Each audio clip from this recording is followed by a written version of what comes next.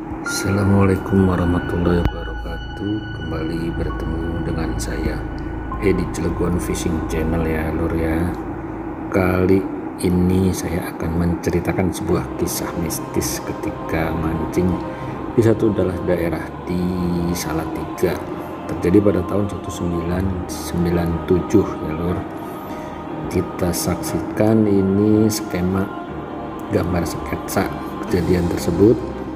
Video lengkapnya setelah ini dengan narasi cerita yang memang terjadi asli, bukan rekayasa, bukan karangan. Oke lur, kita mulai. Oke dulu, pertama saya akan menceritakan ketika kita ngobrol ringan di kampus untuk merencanakan akan mancing ke salah satu desa kampung terpencil di Salatiga yang kebetulan teman kita rumahnya di sana. Dan berawal dari cerita itu akhirnya kita memutuskan untuk berangkat. Sampainya di sana kita langsung melihat lokasi di sore hari menjelang maghrib. Nah, dalam ilustrasi ini kita lihat kita bertiga ya lur ya, saya dengan teman saya dua bernama Tommy dan Wido. Keduanya sama-sama teman kuliah. Kita merencanakan untuk mancing malam hari dan kita mencari umpan di sawah, merupakan cacing sawah yang kita cari ya lur untuk umpan mancing malam harinya. Dalam ilustrasi kita ada di pematang sawah dan menunjukkan tempat di mana nanti kita akan mancing malam hari. Itu yang posisi di tengah adalah Wido yang merupakan teman di desa tersebut. Oke dulur, kita lanjutkan lagi nanti ke cerita selanjutnya, dimana kita akan berangkat malam hari setelah sholat isya melalui jalan perkampungan yang menurut Wido adalah kurang lebih 1 km jalan. Oke lur, kita lanjut ke perjalanan nanti malam.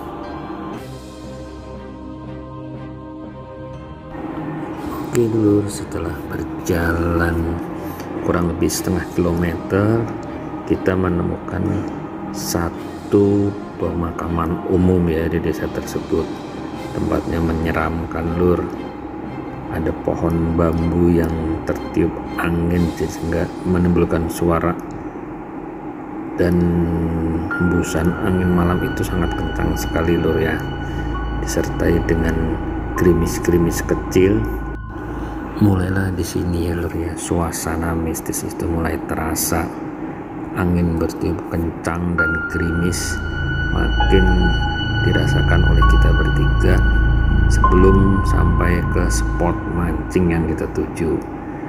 Dan ternyata benar, di pintu gerbang makam itu kita sempat mendengar suara orang tua sedang batuk.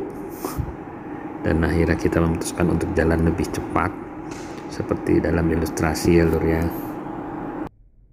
Setelah berjalan kurang lebih 1 km seperti yang dikatakan Wido teman saya tadi, kita mulai ke spot sungai yang kita pancing. Awalnya terlihat biasa saja, hembusan angin masih perlahan ada dan hujan masih gerimis. Kita mulai mancing ya lur ya. Nah, dalam waktu kurang lebih 1 jam kita mancing, memang kita belum dapat ikan, tapi ternyata ada suasana yang mengerikan ya lur ya. Tiba-tiba teman saya Tommy berteriak mendengar suara gemercik seperti ayunan anak-anak kecil begitu ya lur ya. Dan teman saya Tommy itu coba bicara dengan saya, tolong dong Ed, coba dilihat apakah ada sesuatu yang mencurigakan dari pohon besar di depan sungai kita mancing. Ternyata benar lur, ada penampakan seperti gundurwo yang tingginya hampir 3 kali orang biasa. Itu ada 2 yang besar lur, dan yang 1 kecil. Nah yang kecil inilah yang bermain ayunan sehingga timbul suara gemercik seperti ngik ngik, seolah-olah seperti ayunan bergerak. Ya itu lur, pengalaman kita mancing di satu desa di Salatiga.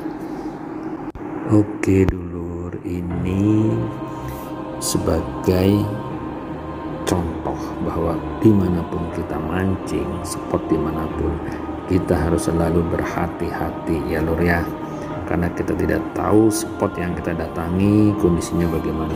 Tapi itulah resiko para pemancing. Oke dulur, tetap pada hobi kita semua fishing, tapi tetap memperhatikan faktor-faktor lingkungan di mana kita mendatangi spot mancing. Oke dulur, sampai ketemu di konten selanjutnya.